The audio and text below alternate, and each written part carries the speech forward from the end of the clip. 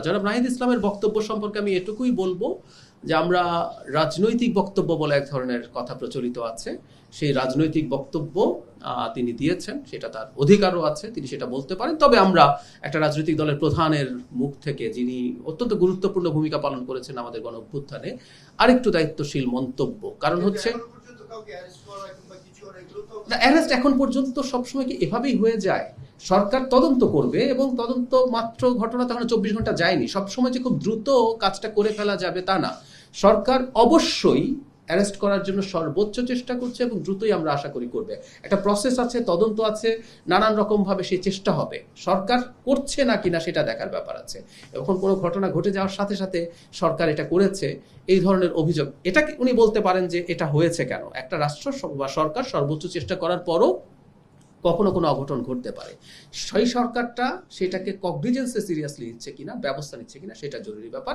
এই সরকার নেবে, আমি আপনাকে এটা কনফার্ম করতে পারছি।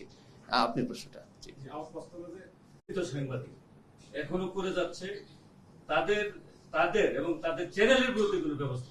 আচ্ছা, আমি আসছি প্রথম হলো টাকা পাচার নিয়ে। টাকা পাচার নিয়ে আপনি খেয়াল করবেন, এই সরকার দায়িত্ব গ্রহণ করার পরও বিভিন্ন জায়গায় বিভিন্ন ব্যক্তির সম্পত্তি বাজেয়াপ্ত হয়েছে। মানে সরকার যদি আইনি প্রসেসে না থাকতো এই কাজগুলো হতো না। এটা হলো নাম্বার ওয়ান। আর কুইক রেন্টাল বা বিদ্যুৎ ক্ষেত্রে টাকা, মানে অন্যান্য ক্ষেত্রে বা সেক্টরে যেভাবে টাকা লুট হয়েছে বলা হয়, এটা একটু ভিন্ন ছিল। এটার ভিন্নতাটা এই জায়গায়, এটা এক ধরনের লিগ্যাল ফ্রেমওয়ার্কের মধ্যে হয়েছিল। মানে আমরা কিন্তু সেই সময় সরকারকে ক্রিটিসাইজ করতাম যে এই চুক্তিগুলো এমনভাবে হয়েছে যেগুলো অন্যায়ভাবে কিছু ব্যক্তিকে আইনগতভাবে সুবিধা দিয়েছে। ওখানে কিন্তু আইন ছিল এবং আপনারা একটা স্পেশাল আইন ছিল, দ্রুত সরবরাহ আইন, যেটাকে আমরা এক ধরনের ইনডেমনিটি বলতাম। সো ওইটা ওই জায়গাটা ছিল।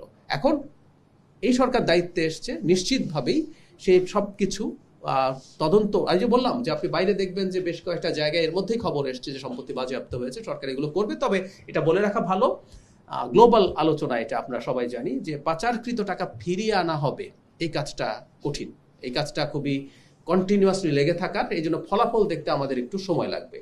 বরং আমরা এখন থেকে যেটা চেষ্টা করছি, ওইটা তো আছেই, যাতে টাকা পাচার না হয় আমরা সেই কাজটা করার চেষ্টা করবো। আপনি একটা নিশ্চিত থাকুন যে ওই সময় যে কাজটা, যারা এই কাজগুলো করেছে এই সরকার, তাদের প্রতি সিম্পাথাইজড হওয়ার কোনো কারণ নেই।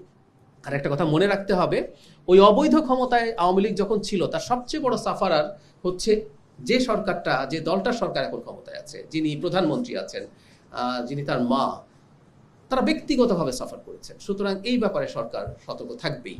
আর ভাই যে প্রশ্নটা করলেন জুলাই সম্পর্কে কটূক্তি, এটা নিয়ে একটু আমার মনে হয় আমাদের সমাজে, আমি সবাইকে একটু আহ্বান করছি এই বিতর্কটা একটু সমাজে হোক।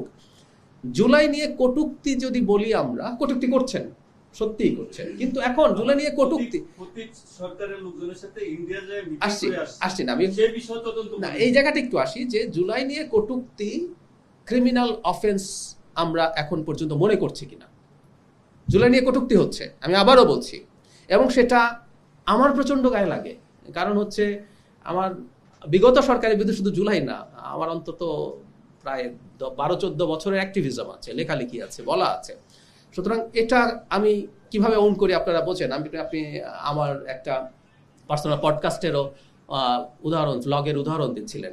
কিন্তু জুলাই নিয়ে কটূক্তি অত্যন্ত মর্মান্তিক, অত্যন্ত অপ্রত্যাশিত, কিন্তু এটা এখন পর্যন্ত আমরা ক্রিমিনাল অফেন্স হিসাবে আমরা কোনো আইনে এটাকে ইনক্লুড করিনি। সুতরাং আইনগত ব্যবস্থা তাদের বিরুদ্ধে নেয়ার ক্ষেত্রে ওই কাজটা আগে করতে হবে। তো সমাজে এই আলাপটা হওয়া দরকার আছে, জুলাইকে নিয়ে এই ধরনের মন্তব্যকে আমরা ক্রিমিনালাইজ করব কিনা, এইটা আসলে এই আলাপটা হতে পারে। আমি এইটা উন্মুক্ত করে দিচ্ছি, প্লিজ আপনারা যারা শুনছেন, এই আলাপটা, মানে একটা সমাজে তো আলাপ আলোচনার মাধ্যমেই, ডিসকোর্সের মাধ্যমে আমরা আসলে করণীয় ঠিক করতে পারি। সেটাকে আমরা ক্রিমিনালাইজ করব কিনা, করলে কেন করব, সেই আলাপটা হোক।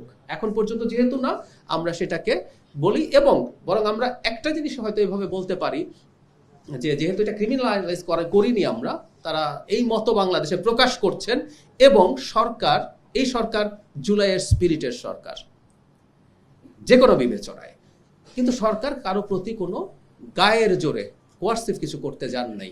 সরকার একটা সময় যেটা করতো, একটা ফ্যাসিস্ট, একটা মাফিয়া সরকার যেটা করতো, সেরকম কিছু করছেন।